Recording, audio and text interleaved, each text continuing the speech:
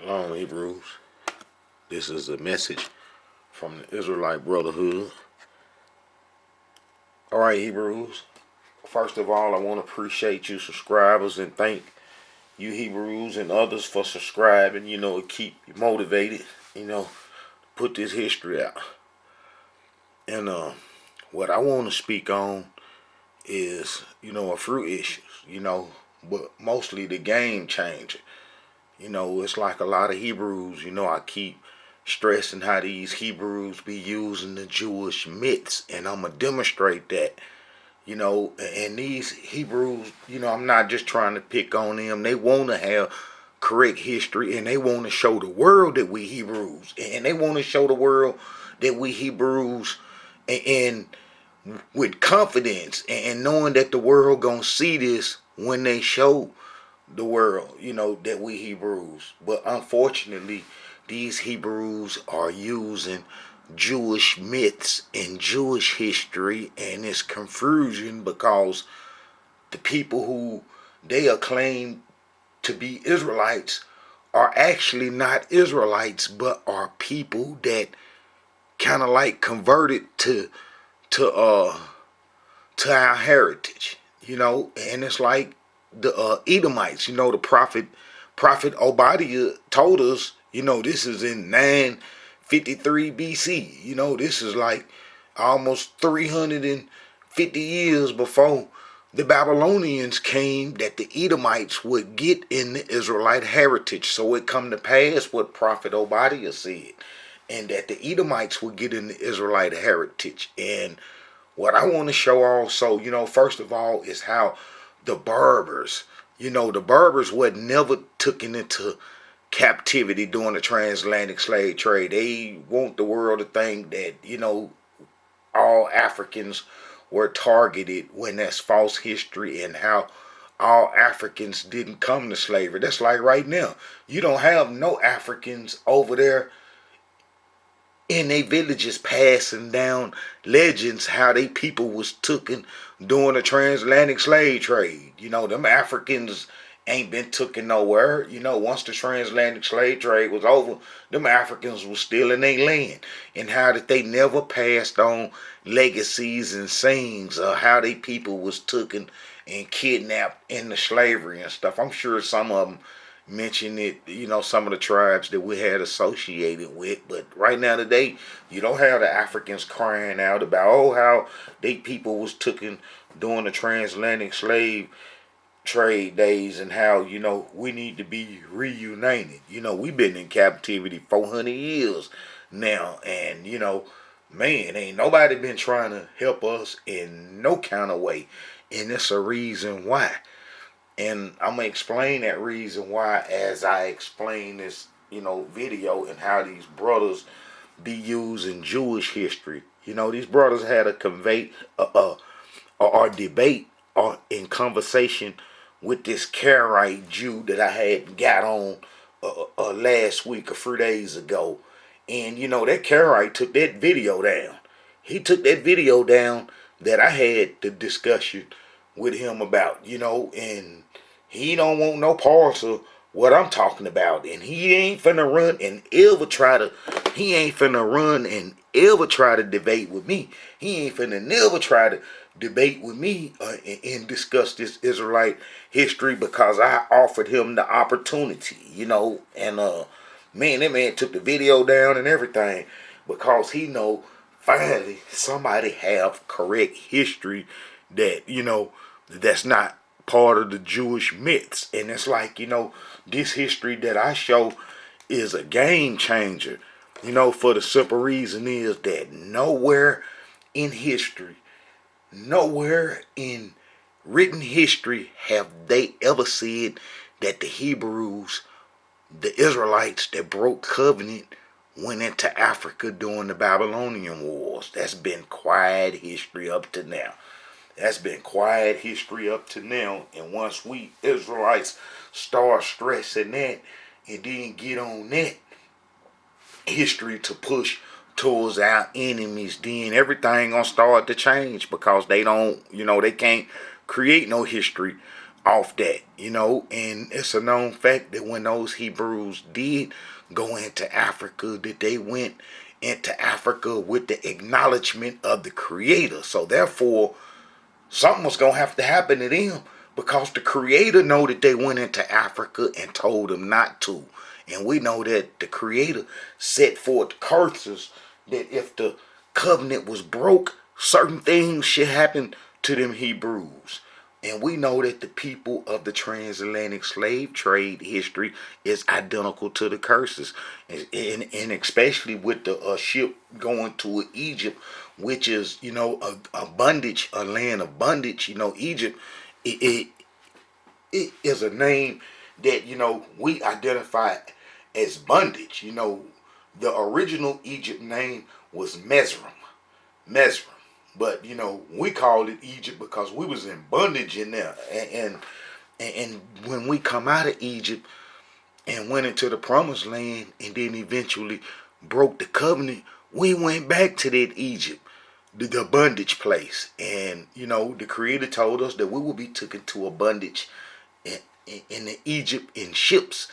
And sure enough, that happened, the transatlantic slave trade. And it couldn't have been no other people but the Israelites being taken to the Americas during the transatlantic slave trade, for the simple fact is that they are the only ones that had a divine judgment coming to them. And then that's why you don't see other Africans being taken to slavery, like the Berbers, the Ethiopians, the Chad groups, the Pygmies, and man, it's a whole host of Africans, the Egyptians, and man, it's a whole host of Africans, the Watusis, it's them tall peoples. I already mentioned the Pygmies, no ship full of them.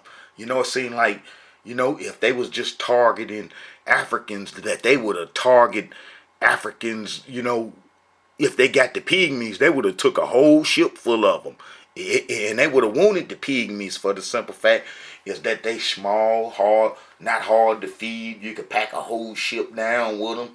And then them Tutsis, man, they would have had to snatch some of them big, tall, 7-foot Africans, and then them Berbers and them other wild savages in Africa, that they would have been on par with the natives and could have, really took America over with them. They were savages just like, the natives was, in a sense, meaning, not having no civilization and so forth. And hey, how about this history that I'm finna show you, Hebrews, is a game changer, and then how the enemies can't change this history. It's impossible because this is what happened, and then that's why you see the curses on the people from the transatlantic slave trade is because we're going to be the people that broke the covenant that ran into Africa during the Babylonian wars. It's, like I say, it's one of the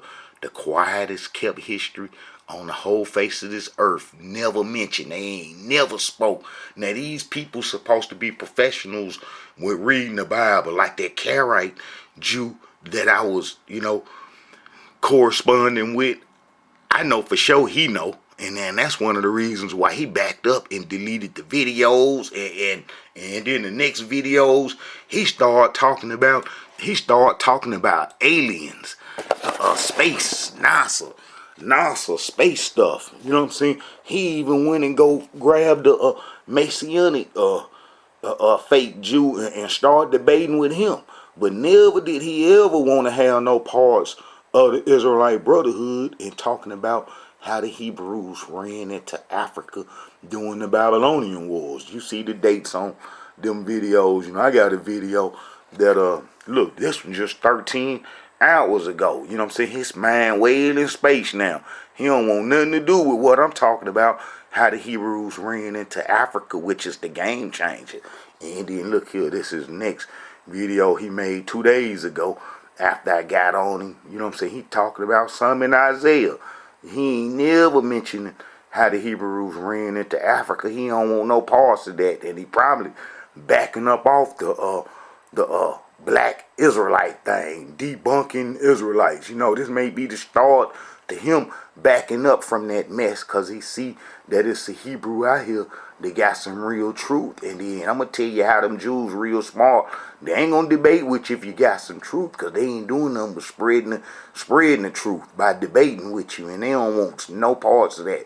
That's like in this video that I'm going to show y'all in a few minutes, how the brother was saying how the Jew come running, trying to find them, calling them, and hey, y'all, come on, let's debate. And all that stuff is because the Jew analyze their history and know that they using the Jewish myths and stuff, especially if they talking about some Hebrews in other lands doing the Israelite heritage, and they try to, the Hebrews use Jewish sources and so forth, and then they try to say that the Hebrews was in Spain. Man, they gonna try to say that the Hebrews was in Spain and Portugal practicing the Israelite heritage, and how they was having a good time up off the covenant land and just having a ball and so forth. But what them brothers don't realize is that those pigmented Jews, the Sephardims, the Sephardims are the Arab black Arab a black Arab Yemenite Sudan like stock. You know what I'm saying? They got pigmentation, and then how they left, the promised land in 70 AD and a little before that, because the Edomite tribes did trade in Africa. Yemen is Eliphaz's son. That's Teman. That's Teman in the Bible. And then how did they, converted to Judaism and then mix heavily with the Jews. You know what I'm saying? The Amorites mix heavily with Edom. Matter of fact, Edom and the Amorites almost become one. You know what I'm saying? The Edomites and the Amorites is on par with each other, and Edom love the Amorites, and the Amorites love the Edomites, and then that'll be the Sephardi Jews, and they branch will be the Sephardim, and then they gonna have that J and Y DNA too, and you will see that spread all throughout, you know what I'm saying, East Africa and all up the coast, especially in Egypt, and then all over through Libya, you know what I'm saying, on the coast, and then especially in Algeria and Morocco, where them Berbers was. The Berbers gonna be akin to them too. The Berbers gonna be some Amorite Cain tribes that sailed, you know what I'm saying, to the west of Egypt and got in through the Libya way back in the BC days, because they couldn't sail down straight into Egypt.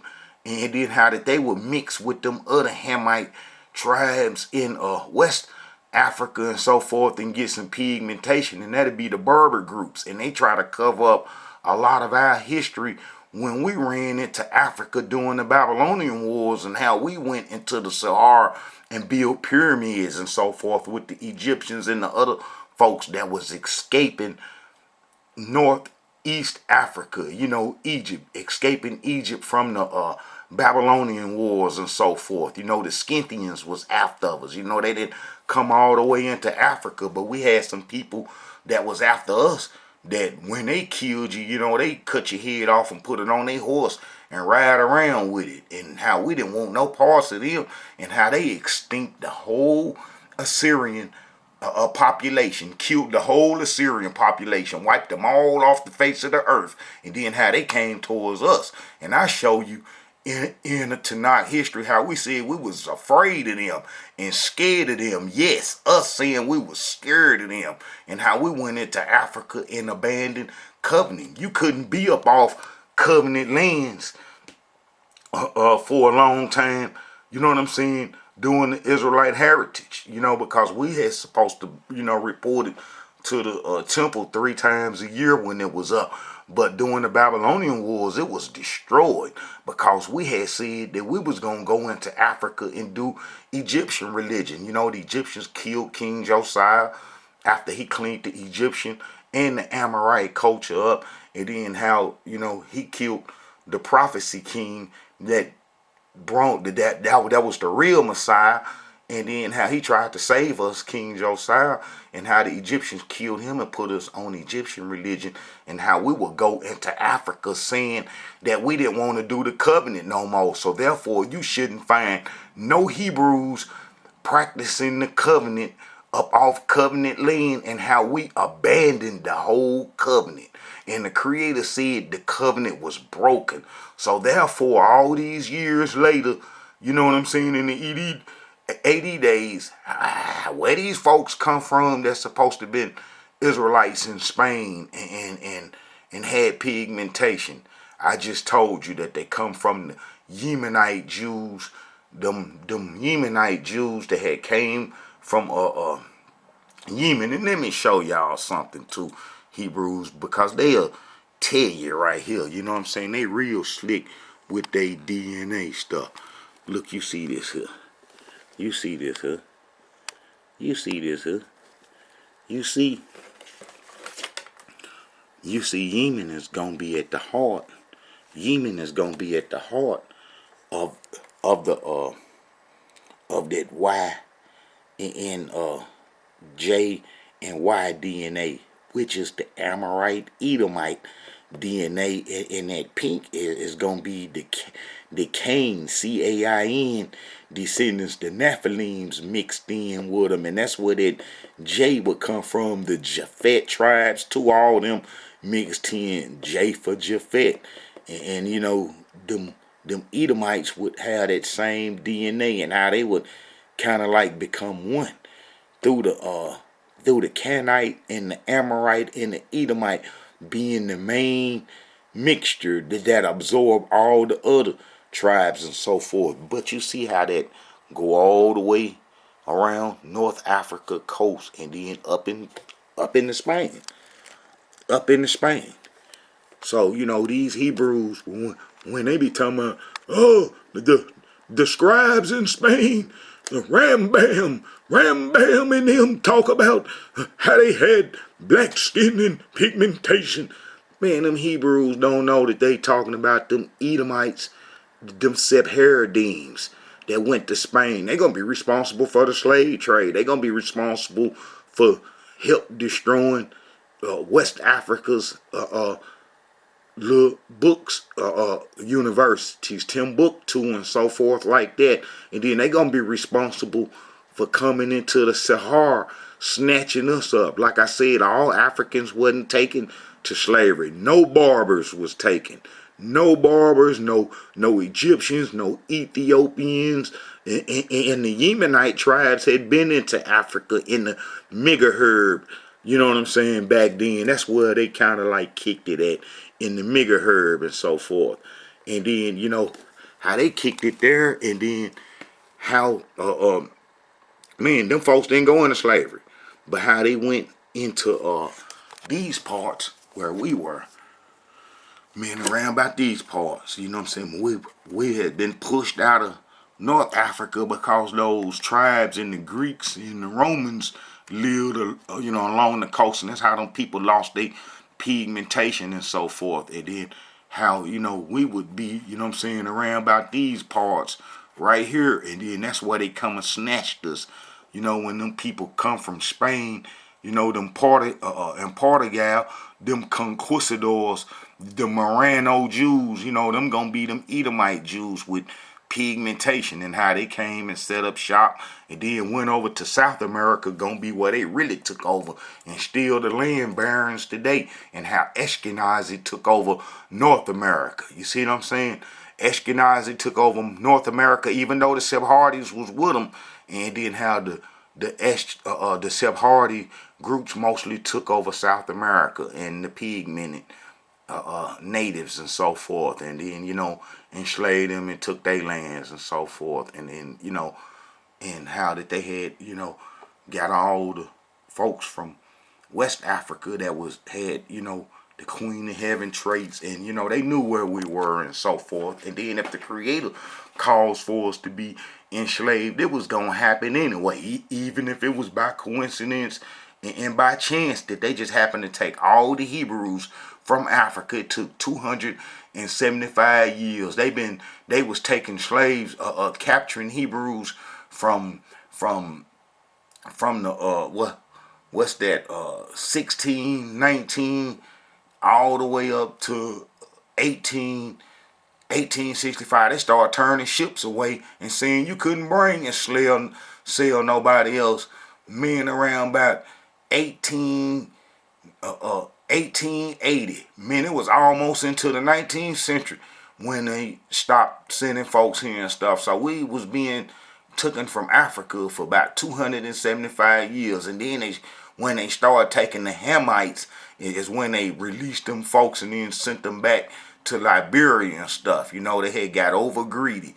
And then, we've been in bondage ever since. And we are the real Israelites. And how we didn't come to this country practicing no Israelite heritage. Even though we probably knew that, we was the Hebrews because, our names and so forth. But we had left the promised land to do Egyptian religion. And that never changed. And that's what broke the covenant. And we didn't change our mind. For the simple fact is that after the Babylonian wars were over, we had the opportunity to come out of Africa and be reunited with the exiles, prophets and so forth. And that's another history. And I just did the history on the exiles, showing how that they was destroyed by the Greeks and the Scythians, the people who destroyed the Assyrian Empire, and how it couldn't be no two covenants once the covenant, was broken. And I'll show you that it was broken.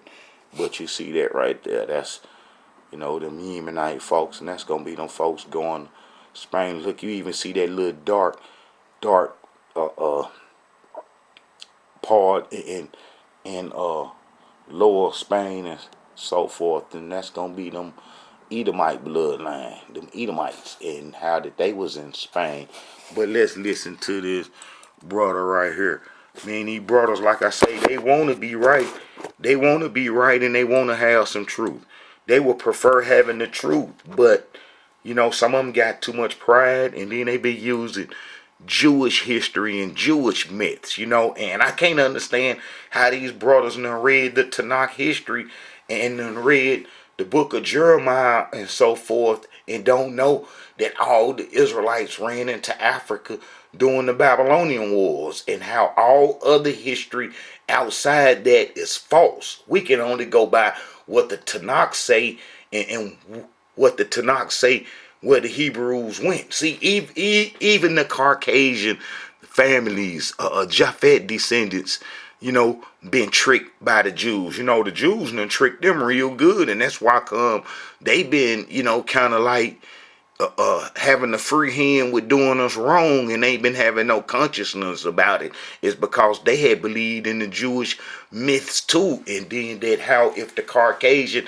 families knew that we was the Israelites that ran into Africa during the Babylonian wars, how they would have hate that that they had their hands in slavery and so forth, and how they wouldn't have never wanted to mix up in that, and how that they would have just let the Jews handle that by themselves and so forth. But how they was tricked before then by them Jewish scribes, them Babylonian scribes, writing up all them stories and them myths about Ham, especially if they go into church and the Jew and then talk to the Jewish rabbi and then talk to Christian preacher, and the Christian preacher gonna respect the Jewish rabbi because he gonna think that that's them in the Bible that he dealing with. So his ears gonna be open, and then the Jews start telling him about some Hamites curse being black, and Ham descendants, the folks in Africa,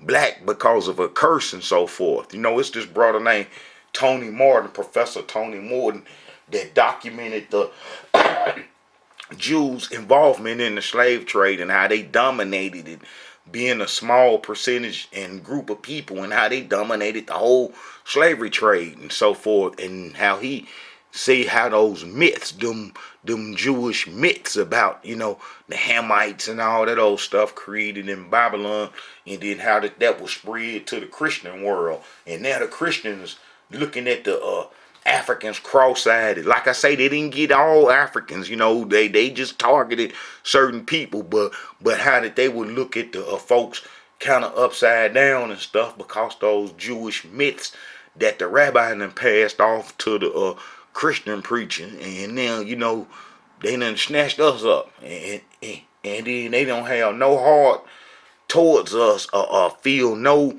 feelings about doing us wrong because they believe in the myths.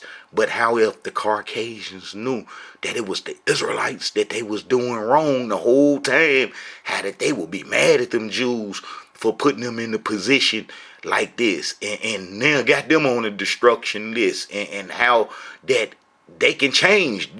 I show you a Hittite that was with King David. King David stole this woman. He was married to this sister, this Hittite. He didn't have no pigmentation, but how he served the Creator and served Almighty Yah.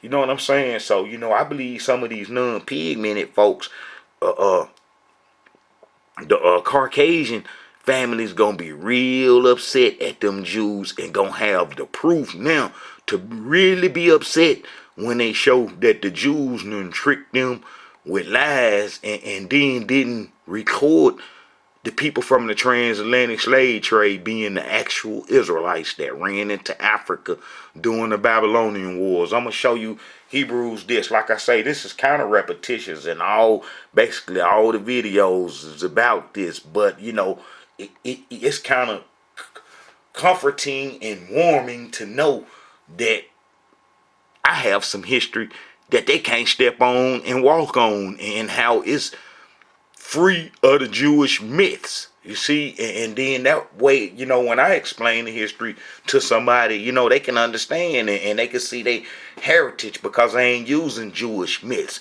But not like these brothers here, like I say, they want to be right. I mean, they would prefer being right, and they would love being right about the Israelite history, but some kind of way, they own them Jewish myths. And then these brothers, they trying to profit it, and make a big show out of this, because they trying to find a place to debate the Jew, and renting a venue, and having a good time, and discussing the heritage, and all of them false. Listen to this, brother, and then I'm gonna show you Hebrews.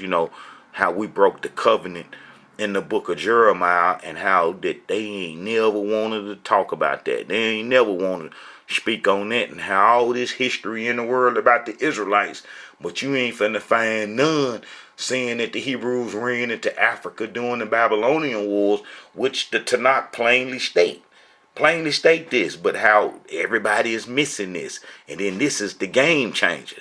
This changed the whole game around, when you understand that we Israelites ran into Africa breaking covenant during the Babylonian wars. All right, now check this out. Listen to this brother with the Jewish history. They date their writings back to like before the Spanish Inquisition. They said, well, they never mentioned skin color, the Hebrews being black.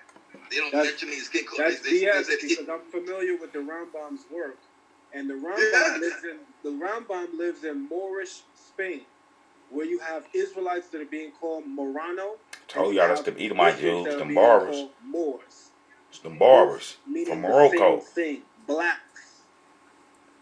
And the Rambam comes out of Moorish Spain, and there's many people that the Jews ran across Africa in 70 AD and set up all throughout North Africa along the coast going to Spain.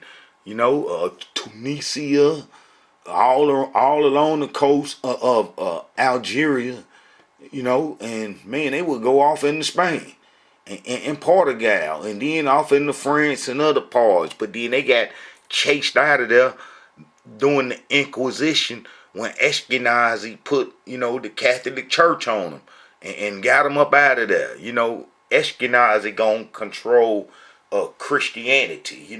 Christianity gonna come from Ashkenazi.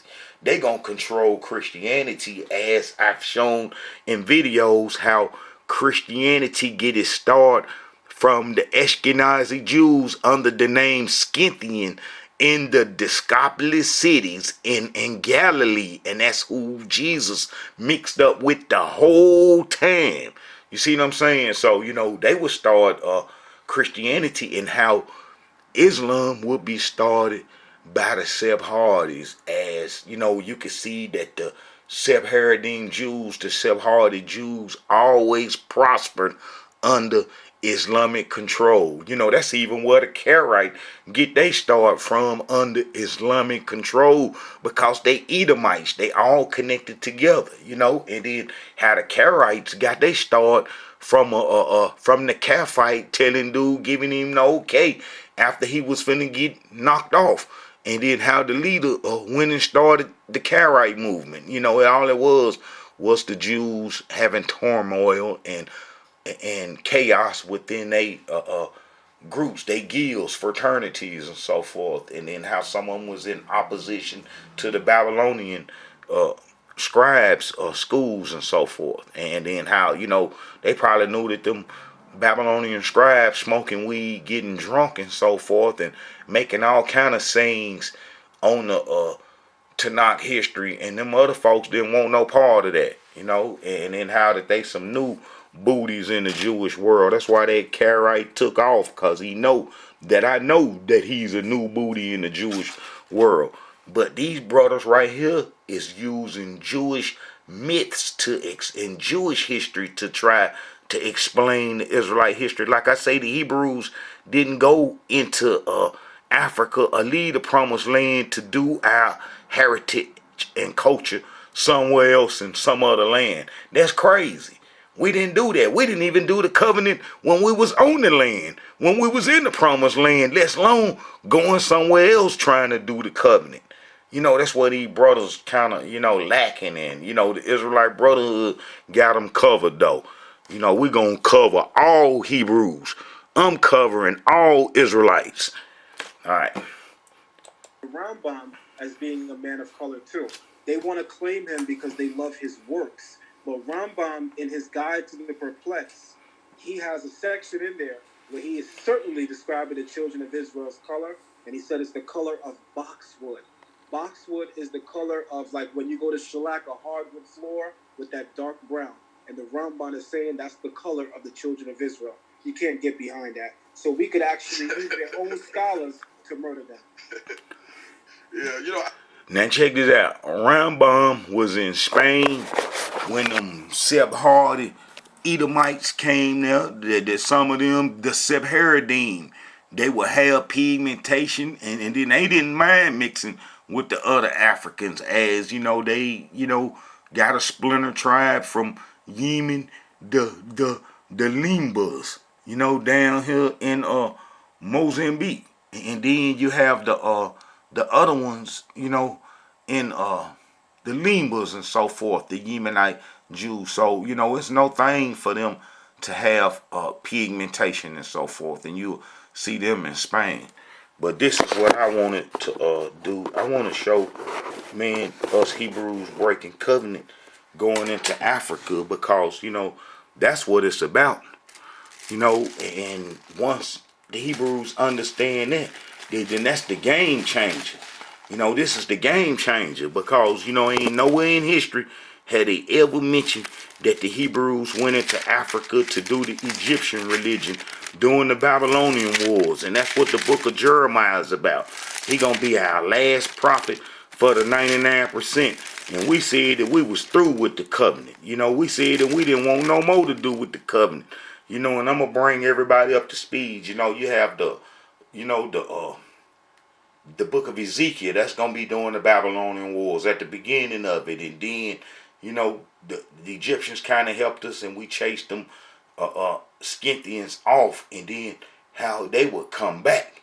You know, they would come back, and then they would destroy the land, and then we'd run off and say we was going into Africa. And we know that the Babylonians only took the skilled people, and how that they didn't take everybody, and that how they only took the skilled people to Babylon, the carpenters and so forth. And then when they took them, everybody else took off into Africa, and how we said that we didn't want no parts of the Babylonians or even being taken to Babylon.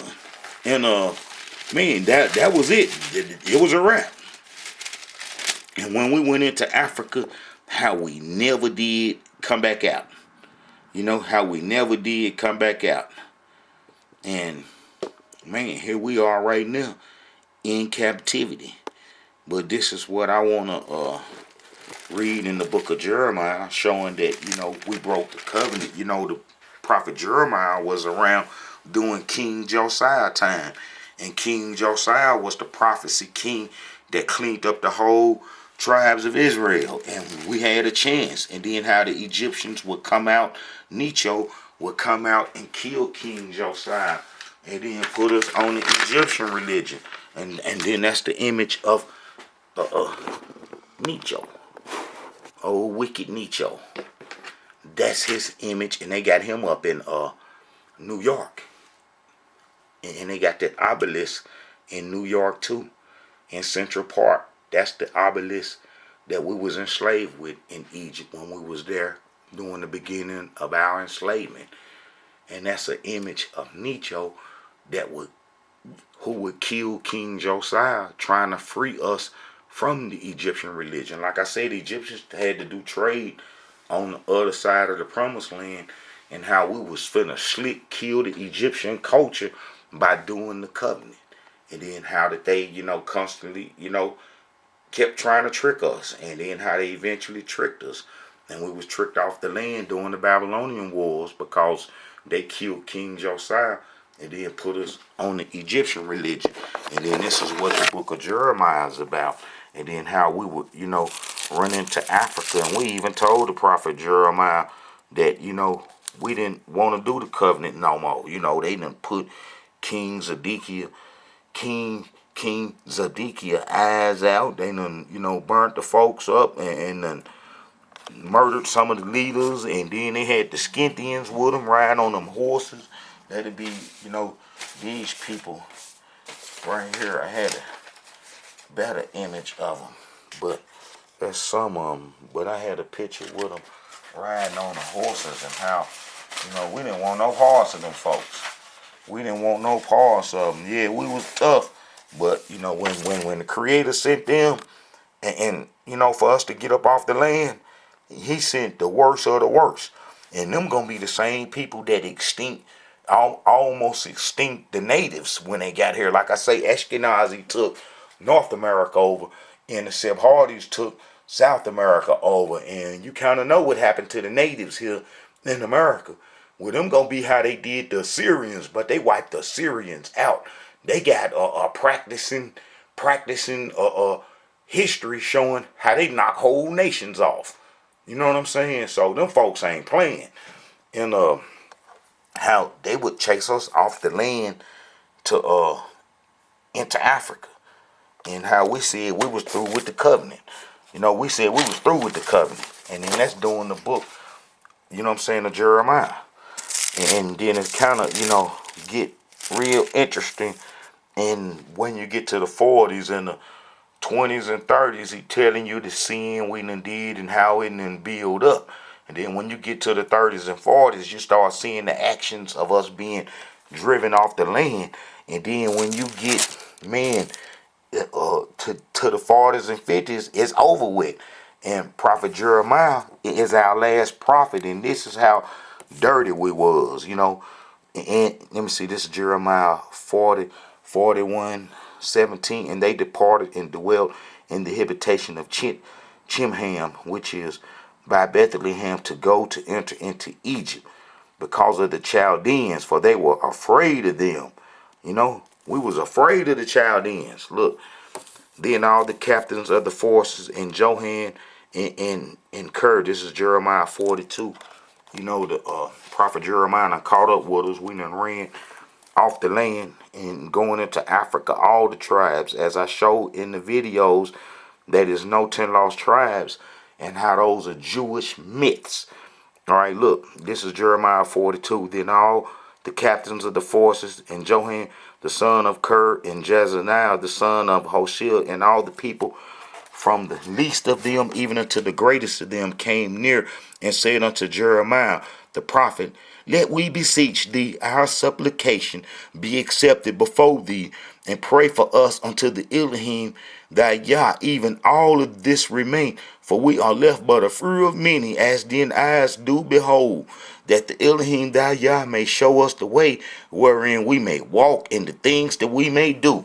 Now we done ran up off the promised land from working Egyptian religion, and we will play with the Creator. We will play with him like this. As I've shown in the book of Isaiah, how he told them, go on and tell them, and tell them that it's over, and tell them real quick before they try to change their minds and be healed.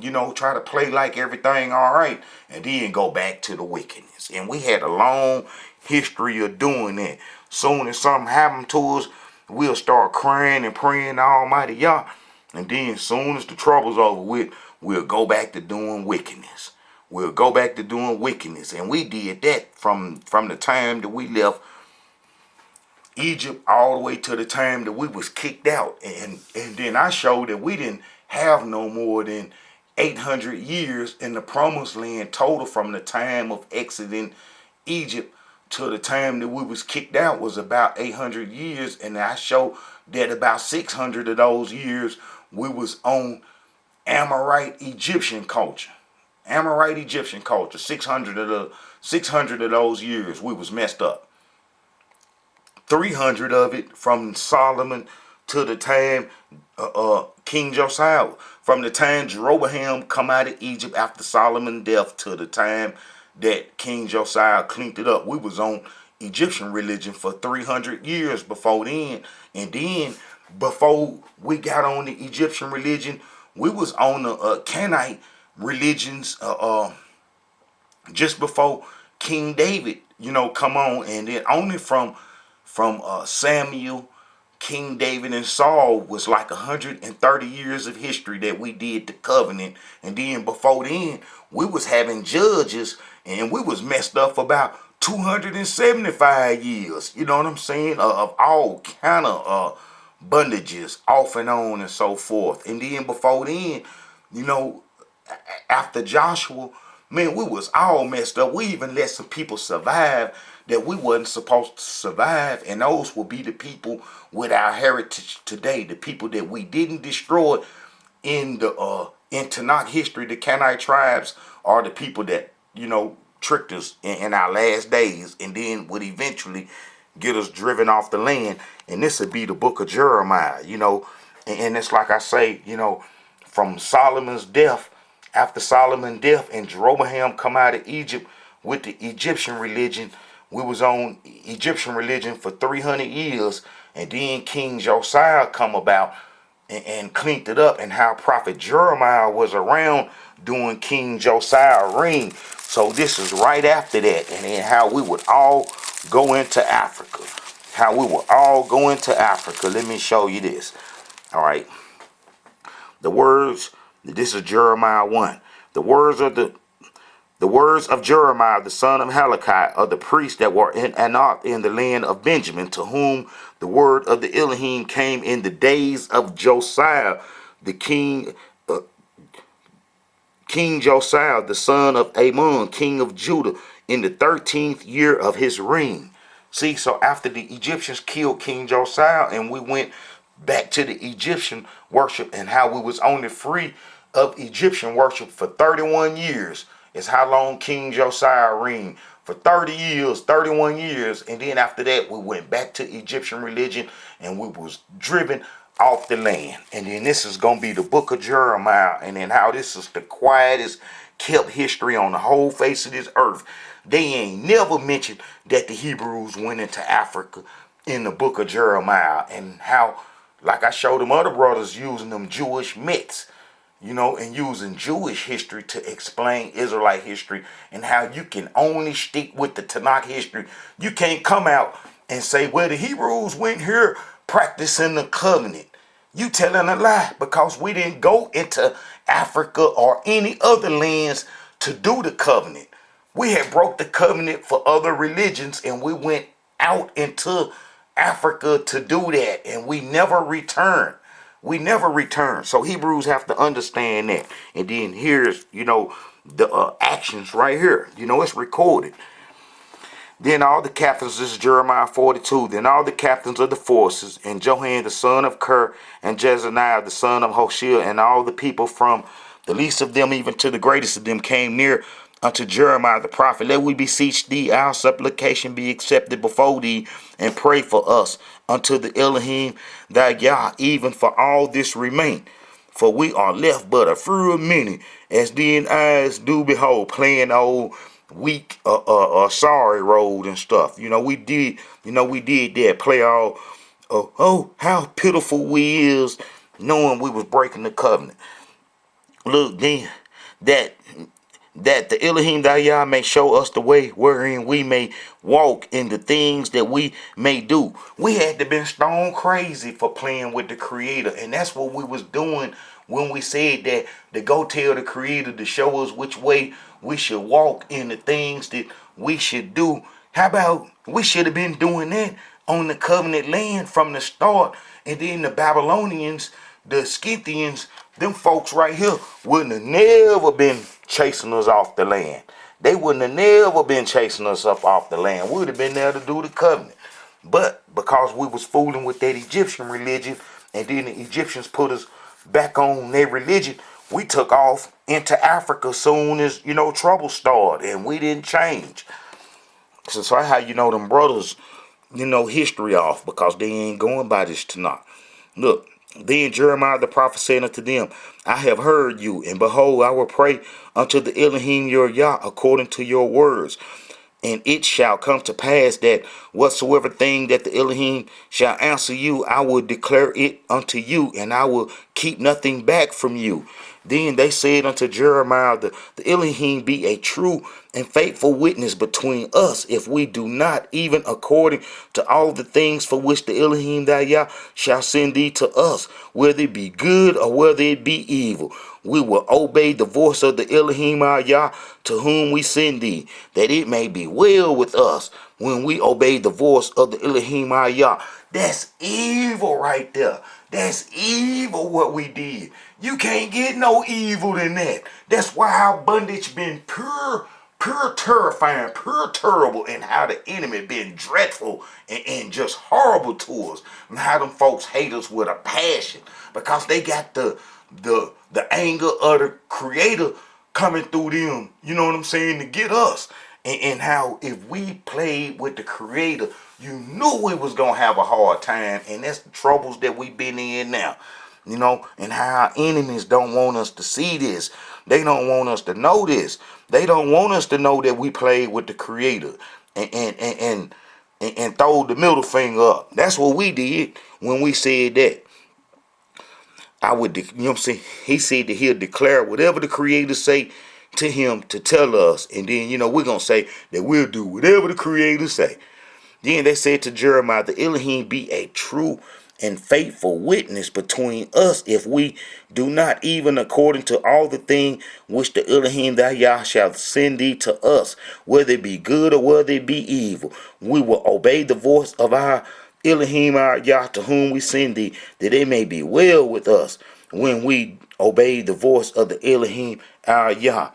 And it shall come to pass, and it come to pass after 10 days, man, it had to been a long 10 days, that the word of the Elohim came unto Jeremiah. Then called Johan the son of Ker, and the captains of the forces which were with him, and all the people from the least even unto the greatest. That's all the tribes. And I'm going to show you this. That's all the tribes right there. That's everybody. Besides that little 1% that was taken to Babylon. And said unto them, this said the Elohim, the Yah of Israel, unto whom ye sent me to present your supplications before him. If ye will still abide in this land, then I will build you and not pull you down, and I will plant you and not pluck you up, for I repent me of the evil that I have done unto you. But be not afraid of the king of Babylon, of whom ye are afraid. Be not afraid of him, said the Elohim, for I am with you to save you and to deliver you from his hand. Now, the Creator know that we went into Africa to do the Egyptian religion. So therefore, I got some videos where the enemies saying that the Hebrews left off during Solomon time to go live in other lands. And the Creator ain't record that or said nothing about it in the Tanakh history. Nowhere did the Creator say that some Hebrews went and lived in Nigeria. or that the Israelites went and lived in Zimbabwe during Solomon times. That ain't recorded in history. The Creator was with us from the time of Abraham all the way to the time that we broke the covenant and ran into Africa. The Creator was with us, and how the Creator said he was going to turn his back from us while enemies devour us till we learn, what we did and so forth. You see, and then how ain't no Hebrews left during Solomon time, because it would have been recorded to go to Nigeria. Them folks is full of mess. And no Hebrews left the promised land to do the covenant, as I'm showing. So our enemies caught up. And they're going to have to come with some more lies, because that lie ain't no good no more. That lie is no good no more. All right. We see that the Hebrews run off the land. Prophet Jeremiah tried to get us and tell us to come back. And then I'm going to show how close Africa is to the promised land in the way that we ran there. We ran a straight shot to Egypt. Right.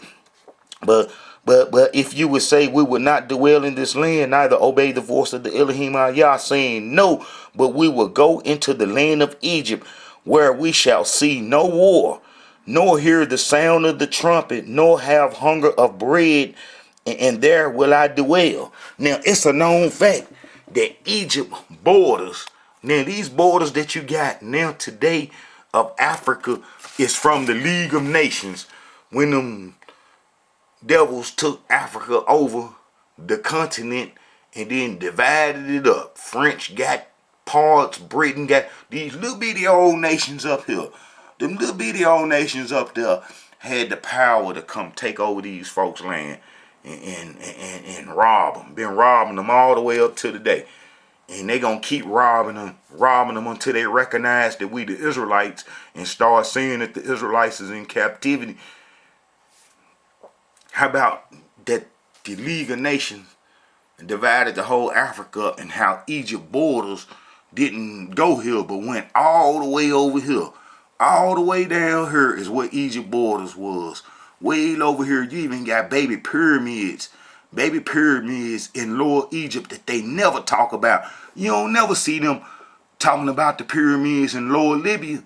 They don't never mention them. They always mentioning the ones up here along the, you know what I'm saying, at the top of Egypt, but they don't never mention these pyramids that's in Lower Libya. That's because we had a connection to them. Okay, so we know that the Creator, was after us, and we said that we was going into Africa, so we won't hear no famine. You know what I'm saying? Have no famine, hear the trumpet of no war or none of that.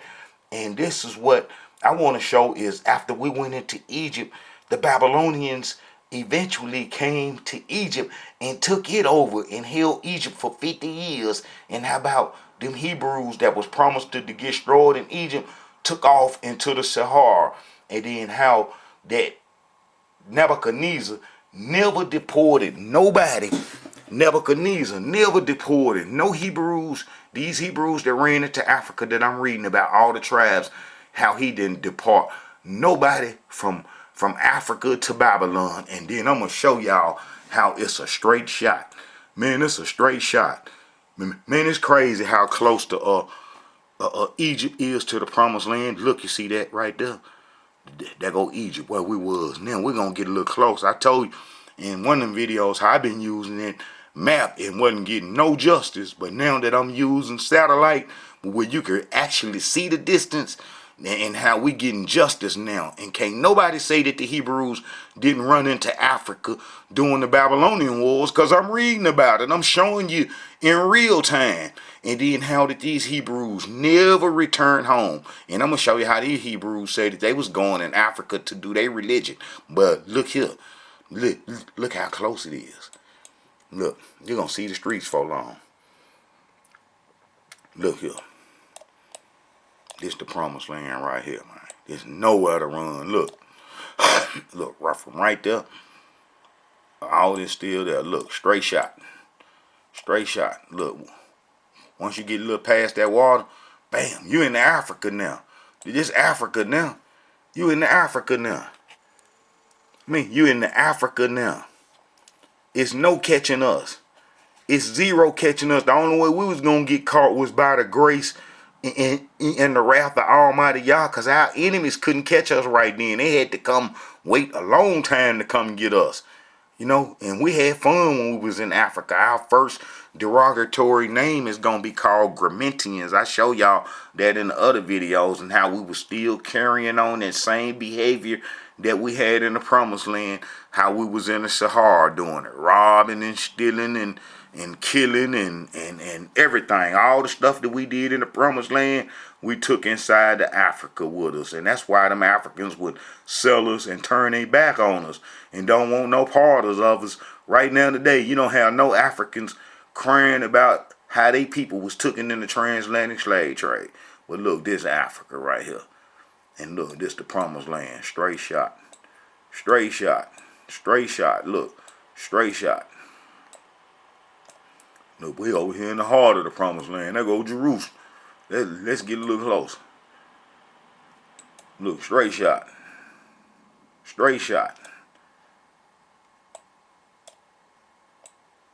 So when we said that we was going into Africa, this is the part where we was at. And the satellite gets so slow, it seemed like I started doing this history. This thing go fast any other time. Alright, look, you see we was about here. Look, us leaving. We in the book of Jeremiah. We gonna be right here when he catch up with us. You know what I'm saying? But we gonna be right here. Up in these parts. From here. This the Promised Land. By the time Jeremiah catch up with us, we gonna be right here.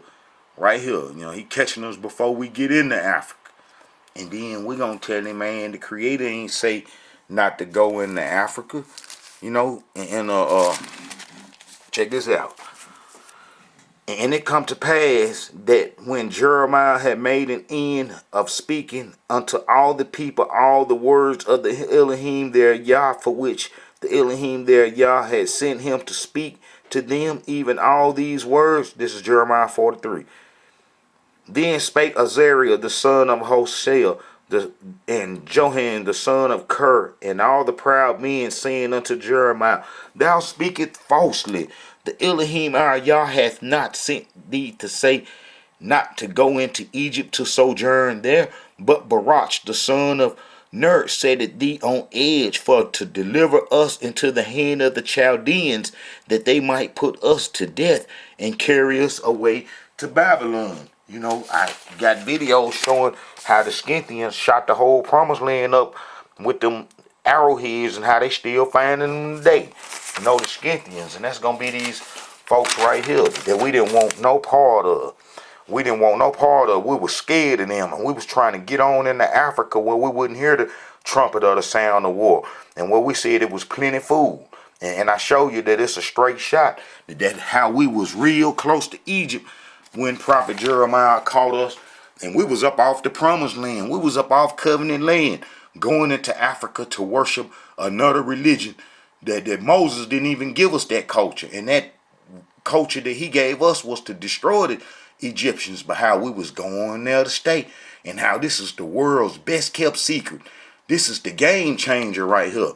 This is the game changer, because if you Hebrews understand this, this is the game changer in Israelite history, that you don't have to use Jewish myths to try to explain that you're an Israelite no more, and how you could just use the Tanakh, the book of Jeremiah, and how they can't change their history. They can't change it. They ain't even write nothing about their history. They won't even speak on it. So how they gonna change it, or done wrote some false history about it when they never speaking on it? They don't want no parts of it. If you try to put this history on them, they gonna run. They don't want no parts of this. They don't want no parts of the Hebrews running into Africa during the Babylonian wars to live. They don't want no parts of that. This is the history that's going to bust them in the head. Because this is how we prove we the Israelites. And then, as I say, look. And it come to pass that when Jeremiah had made an end of speaking unto all the people, all the words of the Elohim their Yah, for which the Elohim their Yah had sent him to them, even all these words spake Azariah the son of Hosea, and And Johan the son of Ker and all the proud men saying unto Jeremiah, Thou speakest falsely. The Elohim our Yah had not sent thee to say, Go not into Egypt to sojourn there. But Baruch the son of Ner set thee on edge for to deliver us into the hand of the Chaldeans, that they might put us to death and carry us away to Babylon. So, man, we didn't want to hear that, stay in the land and don't go into Egypt. We had been messing with the Egyptians for a long time and stayed messing with the Egyptians from Solomon's, like I say, from the time that Solomon died, we was on it all the way up to King Josiah. And King Josiah cleaned up the Egyptian religion, and Jeremiah was around during his time. And then how we going into Africa during Jeremiah's time. So we wasn't up off the Egyptian religion nothing but 30 years. So, we was going to get destroyed. And look, the whole land was empty. Jeremiah 44, verse 2. This when the Babylonians then came. They done came on in and then ran us off. Look, this said the Elohim of hosts. This is Jeremiah 42, 2. This said the Elohim of hosts, the Yah of Israel. Ye have seen all the evil that I have brought upon Jerusalem and upon all the cities of Judah. And behold, this day they are a desolation, and no man dwelleth therein. So if ain't nobody in the land, where are all the Hebrews at? Either you're going to be that 99% that went into Africa, that the prophet Jeremiah caught up with and started speaking to, or you was going to be that little 1% that was taken to Babylon and that made it back home when the Persians defeated the Babylonians, and how we never came out of Africa to be reunited with them, because we have these prophets right here and we have their history, and they don't show the Queen of Heaven worshipers coming out of Africa to be reunited with them when they was freed. And then I got a video explaining what happened to them, how they disappeared real fast. They was still in the land with the people that made the Assyrian Empire disappeared, and the same people that knocked natives off when they came to America. So you know what happened to the exiles while they was there with them, and then they only stayed in a little small area in Jerusalem, in Judah's inheritance. They got knocked off real fast. And them prophets' history right here explain that. And I also explain how they mixed them books up so you can't really understand the history, how Nehemiah gonna be, Malachi gonna be the last book, and what happened in Nehemiah was close to the end, and how that our enemies don't record how they had infiltrated our heritage and how it was over with for the exiles. And how, I explained it couldn't be no two covenants, especially when the Creator said this. When the Creator said this, that the covenant was broken, that means that the covenant was broken for everybody, because it couldn't be no two covenants. If you go to Jeremiah 31, verse 31. Jeremiah 31, verse 31. Behold, the days come, said the Elohim, that I will make a new covenant with the house of Israel and with the house of Judah, not according to the covenant that I made with their fathers in the day that I took them by the hand to bring them out of the land of Egypt, which my covenant they break, although I was a husband unto them. See, this is in Jeremiah. That's the covenant we broke when we said this. This is breaking the covenant forever. And how this show you that the Hebrews didn't go into Africa and into these other lands to do the covenant, because it was broken. You can't do the covenant up off. You can't do the covenant up off the promised land. You cannot do the covenant up off the promised land. It's impossible. It takes us to have sovereignty over ourselves in order for us to do the covenant, and we can only have sovereignty over ourselves as if we're in the promised land doing the Creator will. That's the only way we can make it. All right. Look, if you go to Jeremiah chapter 44, verse 15, 16, 17, and 18, this the game changer. And we never changed our mind from this state of mind right here. And we was even in this state of mind when they kidnapped us and brought us to the Americas, how we was on all them voodoo religions and all that stuff. And that's why come, the enemies hurry up and gave us a religion, because we wasn't on covenant religion, and you know how they put their falsehood in us and to keep us throwed off. Look, Jeremiah 44. Then all the men, Jeremiah 44 verse 15.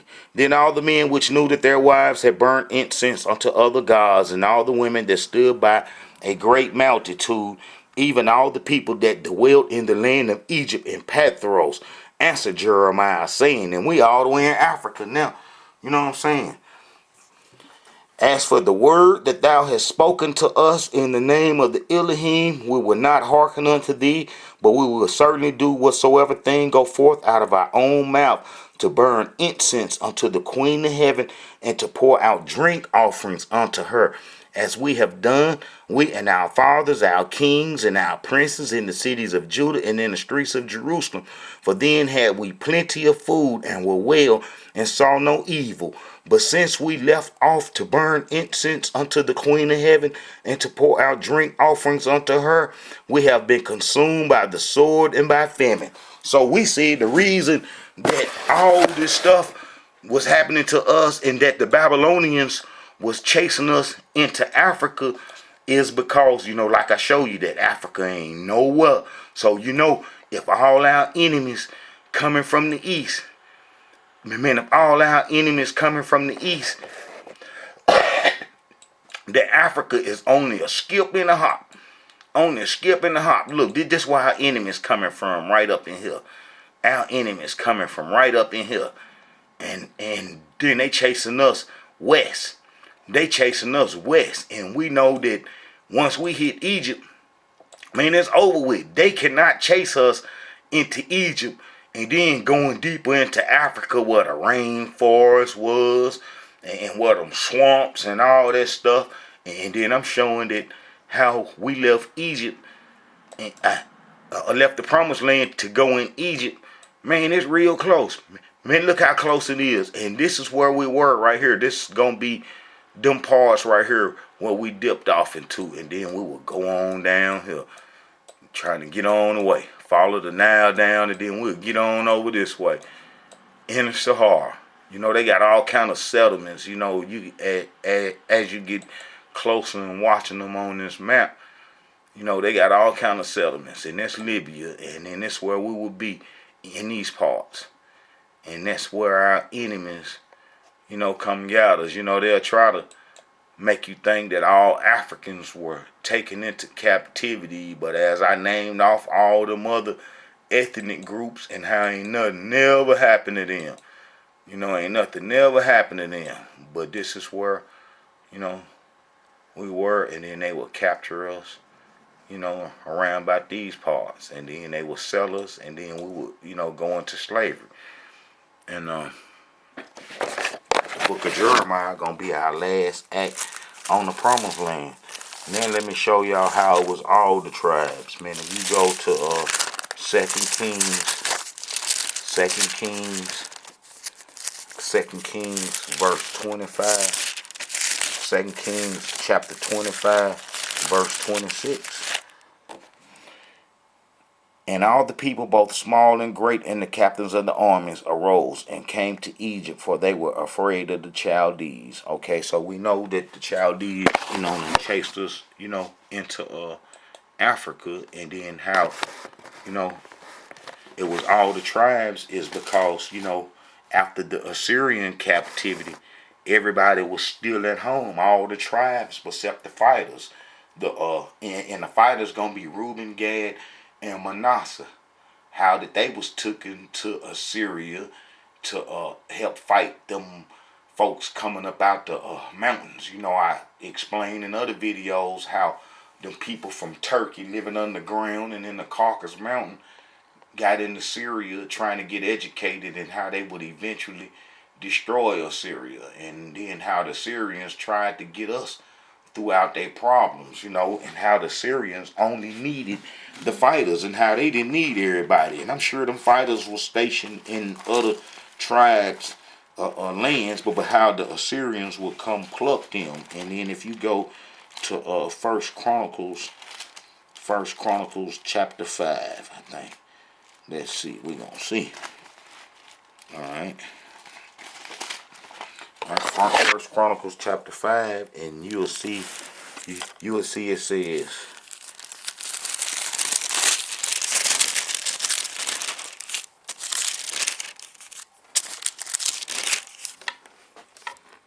all right, verse 18, chapter 5, verse 18. First Chronicles chapter 5, verse 18. The sons of Reuben, the Gadites, the half tribe of Manasseh, valiant men, able to bear buckler, sword, and to shoot with bow, skillful in war, were 440,703 score that went out to war. And then as you get over here to 26, and the king of us and the Yah of Israel stirred up the spirit of Paul, king of Assyria, and he in the spirit of Talcumnazar, king of Assyria, and he carried them away, even the Reubenites, the Gadites, and the half tribe of Manasseh, and brought them unto Harbor and Har, and to the river goes on unto this day. And we know that the prophet Ezekiel was taken to them same spots and so forth. But them Hebrews would come home doing what's called the satire history of Egypt, when the Assyrians and the Egyptians hooked up together. And we would, be with them, and then how them Hebrews would come home from the Assyrian captivity is, if you read, let me see, that's going to be Isaiah making a prophecy of that. And then how, this wasn't too far after the Assyrian captivity come about 3 years. This was done in 725 BC. All right, if you read this right here, this is Isaiah 19:23. In that day shall there be a highway out of Egypt to Assyria, and the Assyrians shall come into Egypt, and the Egyptians into Assyria, and the Egyptians shall serve with the Assyrians. In that day shall Israel be the third with Egypt and with Assyria, even a blessing in the midst of the land, and whom the Elohim of hosts shall bless, saying, Blessed be Egypt, my people, and Assyria, the works of my hands, and Israel, mine inheritance. So, them Hebrews come back from the Assyrian captivity. They would know their way home. It would be easy for them to come home, and especially if you look at, let me see, that's gonna be, man, which prophet? That's gonna be No, that's not gonna be Nahum. That's gonna be, man, I'm gonna find a prophet that ain't gonna be Zechariah. It's not gonna be Habakkuk. It's gonna be, was it prophet Nahum? They show you that the Hosea. That's gonna be prophet Hosea. My fault. Let me find prophet Hosea, and he'll show that the tribe of Ephraim did trade with the Assyrians. So this is, the Assyrians, couldn't have kidnapped them, and then they know the way home. And then the Syrian Empire got destroyed in 612 BC. Look, Ephraim feeded, this is Hosea 12. Ephraim feeded on wind and followed after the east wind. His daily increase lieth in desolation, and they do make a covenant with the Assyrians, and oil is carried into Egypt. So our enemy has been telling a lie about the Assyrian captivity, and how the Assyrians were our friends, our enemy friends, because as prophet Jeremiah told in Lamentations, how our friends became our worst enemies, and that's going to be the Assyrians and the Egyptians, and how we was destroyed for messing with them. And then I show how the Hebrews, I'm going to show how all the tribes, and I show you how the people, both small and great, came into Egypt. And then I'm going to show you how it's all the tribes. If you go to 2 Chronicles 30, this is with King Hezekiah. This is 7 years after the so-called Assyrian captivity, and how he say that the people still at home, still in the land, and that we had escaped the Assyrian captivity. So if we escaped the Assyrian captivity, and we there doing King Hezekiah time, which was doing the Assyrian problems, and then we there doing Manasseh time, that's King Hezekiah's son, and then we there doing King Amon times, and then we there doing King Josiah's time, and the Assyrians is not even mentioned, but King Josiah cleaned up the whole Israel as the prophecy calls for, from the Jeroboam religion. So all the tribes are there during King Josiah time. And then if you read the book of Jeremiah, he steady talking about Israel this, Israel there. It's just that we was driven into Judah, and you ain't on your lot no more. It don't matter what tribe you from. You all in Judah, and we worried about the Babylonians taking us to Babylon. So we will flee out the back door and gone on into Egypt. And we wasn't talking about what tribes we from and who this, and we ain't even in our tribal inheritance no more. That's over with. And then we said we're going into Egypt to do the Egyptian religion. That's breaking covenant, as I showed. And then I can show you that the Creator even said that we'll break covenant. If you go to man, it's gonna be Deuteronomy 31. He even said we will break the covenant. So if the Creator say we was gonna break covenant, eventually it was gonna happen. If you go to Deuteronomy 31, 16. And the Elohim said unto Moses, Behold, thou shalt sleep with thy fathers, and this people will rise up and go a-whoring after the gods of the strangers of the land where they go to be among them, and will forsake me and break my covenant. You see that? Break my covenant. Once covenant broke, you couldn't put it back together. You can't unbreak it. You can't unbreak it. If broken is broken. Broken mean curses. All right.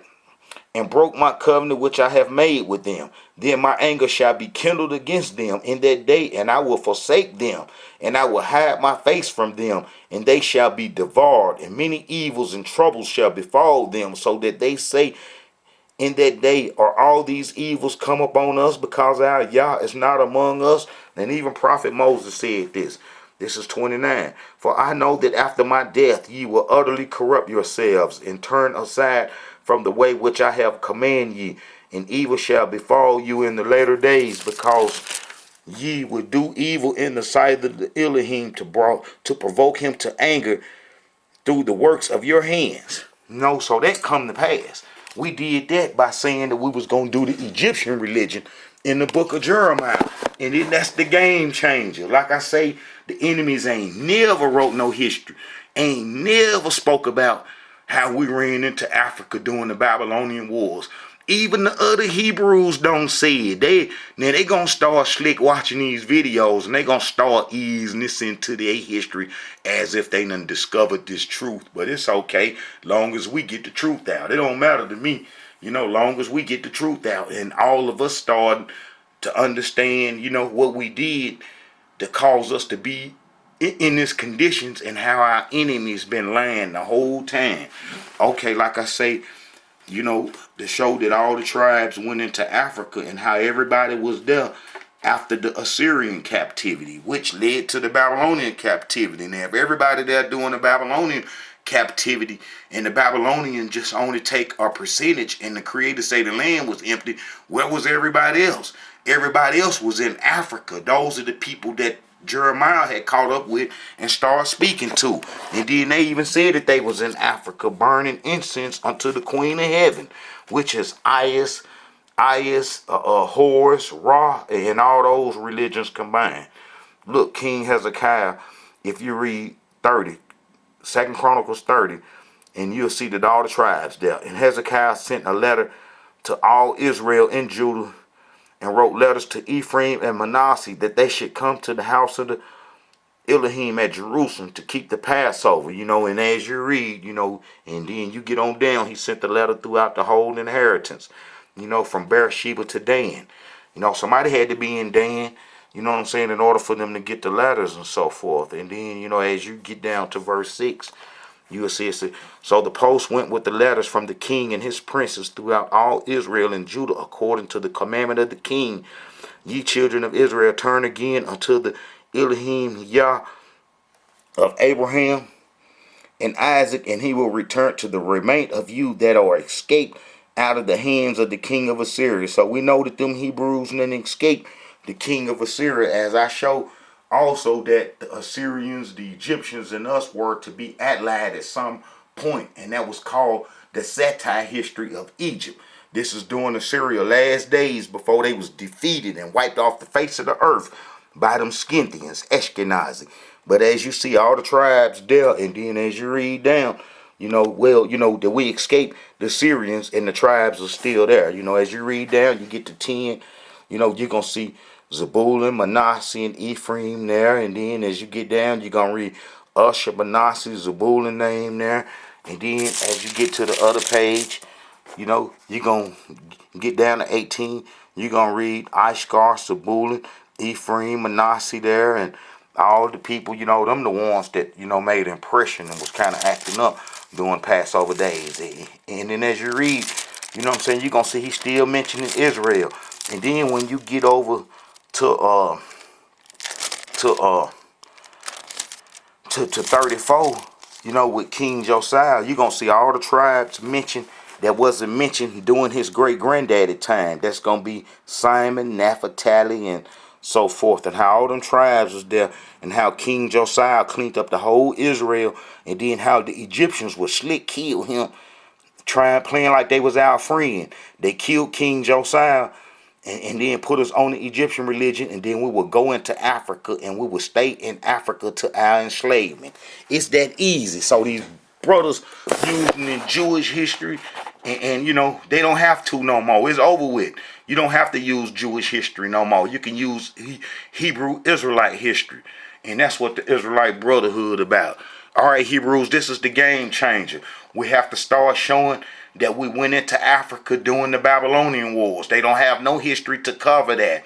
This is what we launch our attack on our enemies. Every time you explain Israelite history to another Hebrew, you need to say that we went into Africa during the Babylonian Wars, and then point it out in the Tanakh history. And then, pretty soon it's going to start catching up. And then our enemy is going to be backed in the corner. And then they're going to have to put their face to the ground towards us. Whenever dealing with us, they're going to have to put their face to the ground. Just like the Creator said. All right, Hebrews, this is a message from the Israelite Brotherhood. This is the game changer. We went into Africa during the Babylonian Wars. They can't change that. Shalom.